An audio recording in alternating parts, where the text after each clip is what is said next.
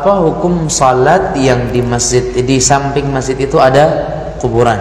Baik.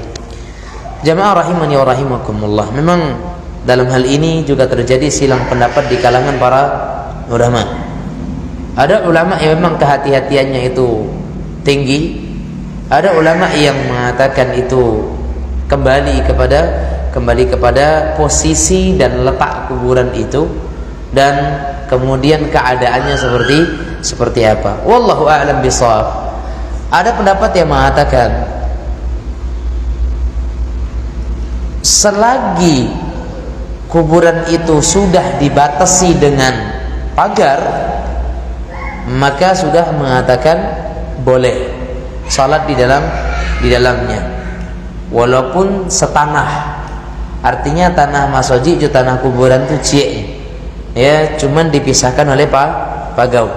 Pendapat Syekh Muqbil rahimahullahu taala, beliau mengatakan kalau masjid itu sudah ada batas dengan kuburan, ya, maka itu sudah diperbolehkan. Sampai sebagian ulama mengatakan apa? Sebagian pendapat mengatakan apa? Sekalipun gak ada tembok pemisah, hanya ada tembok masjid, maka itu sudah diperbolehkan, karena tembok masjid menjadi pemisah antara masjid dengan kuburan. Ini sebagian pendapat. Pendapat yang satu mengatakan, yang lain mengatakan apa? Sampai tinggi langit pun batas pagar itu, kalau masih satu tanah, maka itu tidak dianjurkan untuk sholat di dalamnya, kecuali satu tanah tapi ini kuburan, kemudian ada batas jalan, akses masyarakat, jalan memang dijadikan sebagai tempat lalu lalang masyarakat, baru kemudian masjid, maka tidak mengapa. Tidak mengapa, walaupun satu tanah. Yang punya tanah masjid, yang punya tanah pekuburan itu sawang, dan tidak pernah wakaf masjid itu ada suwe kecuali menyeluruh. Wakaf tanah itu semuanya, masuk tanah masjid, masuk tanah pekuburan, sodo dalam satu suwe, berarti socik tanah. Tapi lalu pemisah antara tanah kuburan dengan tanah masjid ini dengan akses masyarakat lalu lalang, maka itu sudah menjadikan apa? Menjadikan masjid itu tidak menjadi masalah dan statusnya selamat. Sekarang menjadi pertanyaan adalah, ketika tidak ada akses, ini masjid ada pagar langsung di samping pagar kuburan, dan itu satu tanah, maka sikap yang berhati-hati adalah mencari masjid yang tidak ada kuburannya, untuk kehati-hatian. Sepahami kata-kata saya ya, untuk kehati-hatian, karena terkadang masyarakat ini sudah suka mudah menyimpulkan, kece ustaz itu tuh tidak boleh masuk di sikor, tidak usah. Ando dari tadi yang mau nyobik tidak sah, ada pak? Nggak ada, saya bilang nggak sah sama sekali.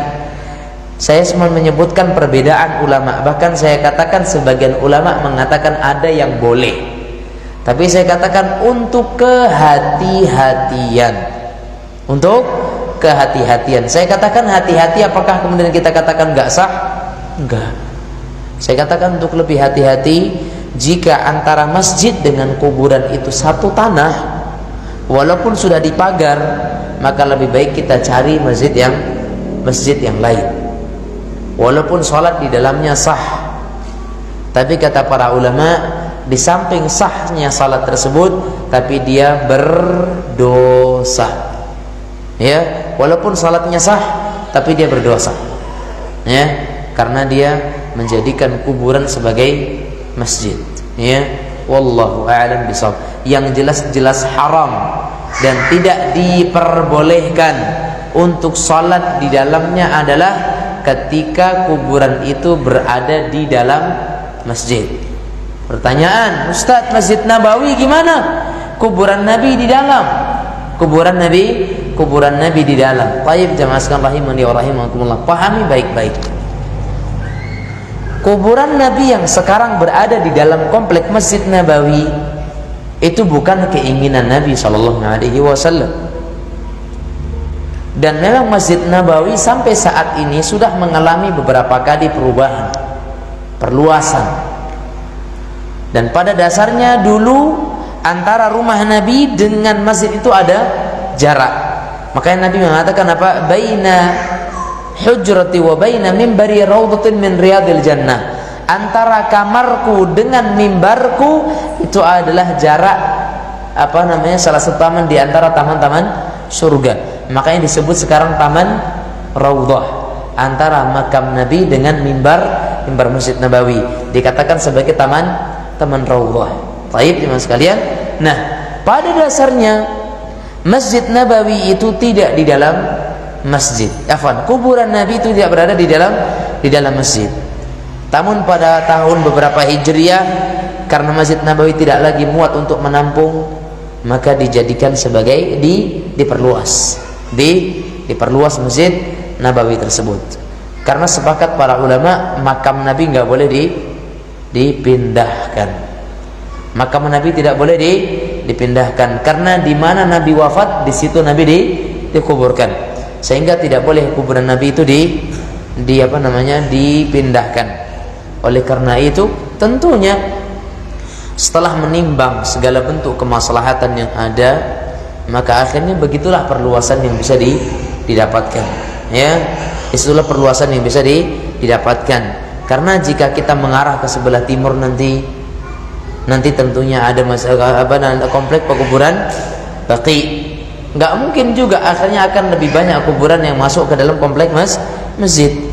Makanya nggak bisa lagi ke sana mentok, ke sini mentok. Makanya seperti itulah sekarang yang bisa dilakukan, ya.